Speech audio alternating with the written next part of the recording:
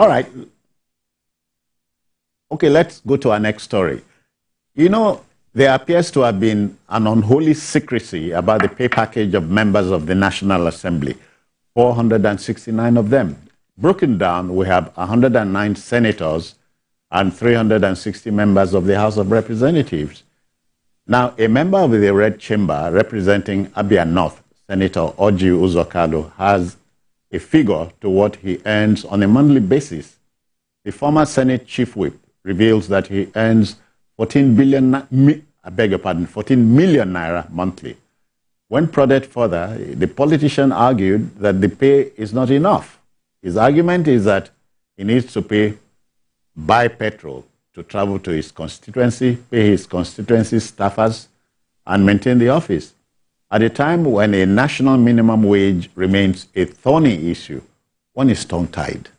Well, for me, I'm not so sure that at this stage we should now be tongue-tied. We should be able to speak up on some of these issues. Yeah. One noticeable thing about the National Assembly, the Senate especially, is that, like it has been described, it has become a retirement home for former governors and some big wigs. At least we still have some 20 or so of them. So, when we speak, when you go into a place like that, and you have people who have tasted power as chief executive officers of their states, controlling billions as budget, then you know that what you have created is a home where people have taste. But let me quickly point out, as the fact that in every situation we have exceptions. There are some who have been governors and who have been the so-called big men that we have had in the Senate who were self-made before they got into governance. And I can say that Senator Orji Uzor Kalu is one of those into that category, who were real billionaires. Some of them in dollar, as in real dollaraires before they became what they became before they went into politics. Okay. So we must always grant that exception. He's one of them. But even at that, what Nigerians are now talking about is, see,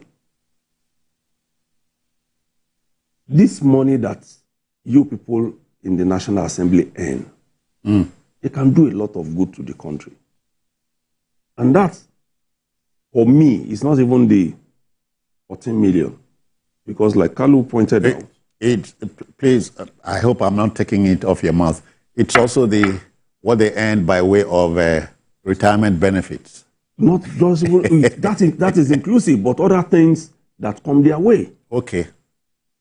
You know, as they say, they say the devil is in the detail. So the allowances, not just the... So it is what Nigerians are looking at. You see a senator who has about 2-3 bulletproof jeeps, SUVs in his convoy. So you will know that definitely he's not living on 40 million naira. You know. So it's what we know, that there must be some other things beyond this 14 million. Because like Senator Kalu pointed out of this 14 million, he has to pay his aides. You have media aid, you have political aid, you have these advisors. Apart from buying petrol. Apart from buying petrol. In traveling. But petrol was not at issue, Wale, before now. Yes, definitely. But the pump price of petrol was not at issue before now. So, well, I think, when I read his statement, first of all, it shouldn't be a secret that Nigerians are not aware of what senators earn. It should be publicly displayed on their website. Nigerians, as a matter of fact, should know. They should, in fact, tell their constituencies, even where there are no access to internet. Especially, we have become a country of conspiracy theories. Yes, and this money belongs to the people. So we need to know how much they earn. But the fact that they are not bold enough to come out to defend that money shows that they fear that this money is beyond the expectation of Nigerians. And I also think that Senator Kalu has not spoken the last word, because a senator, Senator Kawu Sumaila, mentioned 21 million naira, which is different from what Senator Kalu has said. Okay. And a senator years back, Senator Shehu Sani, mentioned 13 million. I do not want to believe that the past years, the salaries of senators have not gone up.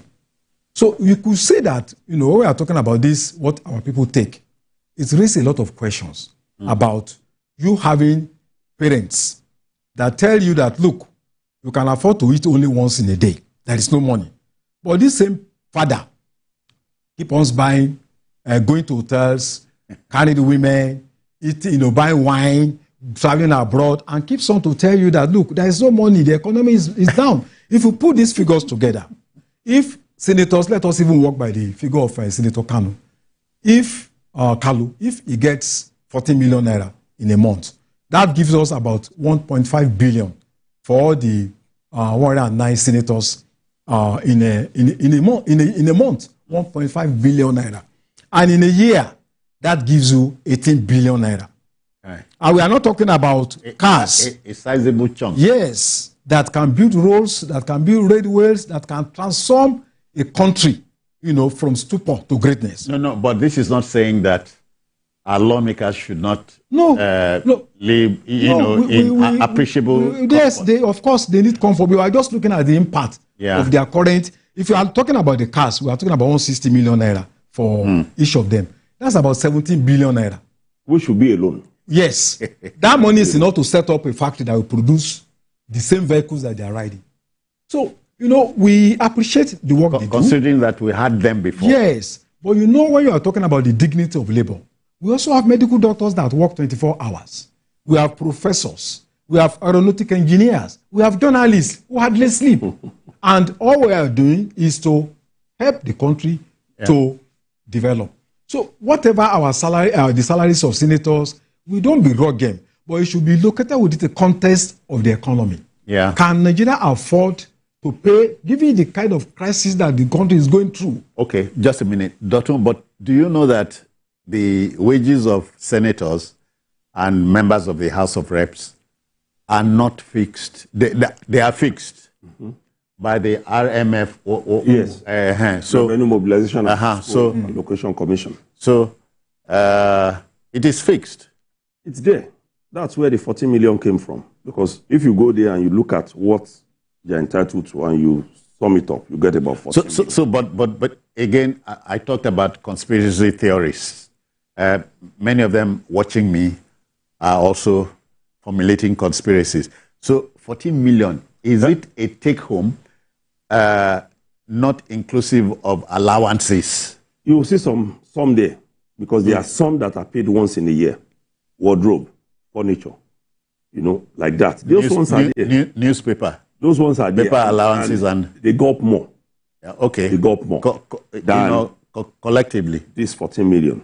Because they also have wardrobe allowance. Since they didn't have any clothes before coming into the National Assembly. No, are you asking or telling me? No, I'm just telling you. They didn't have now I know. Now, that is why we keep on with this debate. The way our National Assembly is structured, will we not consider part-time and one camera? Unicameral National Assembly. Shouldn't we consider it? Because when you look at 169, it's small when compared to over 230 million Nigerians. All right. And then, also we say with the civil servants, who are about less than 10% of the population, they are earning the bulk of our money. Dotun knows that in the United States of America, 50 states, they have 18 secretaries who are 18 ministers. So what are we talking about? It's a constitution. And that's why people in the CSOs, like my Egbon here, we've been having that talk. We should go back and look at it. How many of these ministers that we even appoint? You say you must have 36 minimum to cover the states, and then you still have Abuja making 37, and then you must have one from each geopolitical zone. 6. Making it plus 6. 42 or 43 minimum. What are we doing with them? That's why all of these politics that we put into setting up Nigeria, we need to review it. I'm not a believer in the fact that the president or whoever is in charge should flout the laws of the country. But we need to quickly work on it. Let's ask ourselves in this, even in this administration, how many ministers can we say are doing well? It's a big question. So why don't we look for, even if it's only 10 effective people? I've always said it, and those who have been covering politics, we all know this. There is no regime or administration that you have more than 10 people running. None.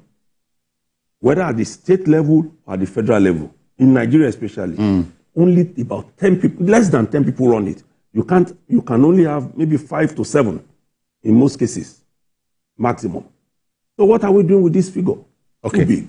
Well, let's take it home and we must be on the side of the viewer. Yeah. So, Senator Orji Uzor Kalu, former governor of Abia State, says as a senator, he earns 14 million naira a month. He has broken it down, but tells you and I and Dotun that 14 million not enough. Well, I don't understand what it means by 40 million naira is not enough. You know, you could have 20 million naira or 50 million naira in a month. It might not be enough for you. It depends on your priorities. I know that Senator Kalu, have you heard expenditure will always rise to meet income? He's not a polygamous person. So I'm not saying he has too many. So without 40 million naira, it depends on his priorities.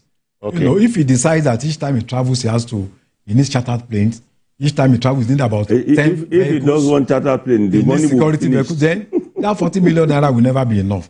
But and that's why we are talking about prudent management of resources, which is one of the major problems that Nigeria has. It's not that we don't have money, but it's our priority, our scale of preference. You know, the way we spend money, we are not prudent enough to ensure that we always have access to deal with, social needs of our people. Let me add to that, sir. Also, with the constituents, we're a huge problem. We're a huge problem. Just go to any of the constituency offices around and see when a lawmaker visits. Okay. You will know that 14 million, they can spend it in one visit. That's why you have people who are lawmakers distributing cars, distributing bicycles, motorcycles, Marwa. Remember a lawmaker in the Northeast who sponsored 100 and how many people to go on pilgrimage? Weddings. Even weddings. He says it was a campaign promise. Yeah.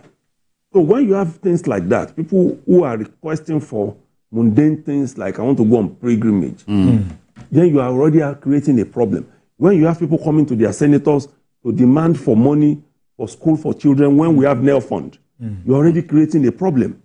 For burial. For wedding. You see one person saying I'm sponsoring 200 of my constituents to get married. You are already creating a problem because that 14 million can't do anything. Some in government now, we've seen where they distributed let us tell the viewer that Senator Kalu is not injecting that into his breakdown. No, he's not. He's not. That's what he has not. He won't tell us that. That's why he said the money is not enough. The money won't be enough when we have those kind of expenditure. My son is in the hospital. My daughter broke her leg. All of those, and they take care of all of those things. If you can get through to them, you will get through to them because they always know. When I was a correspondent of the Punch in Ilorin, Kwara State, without mentioning name, I know. We know what I'm talking about. When a particular person is coming into town, we will know from our office, which is about 2 kilometers to his house, because the whole landscape will be filled with people. We know.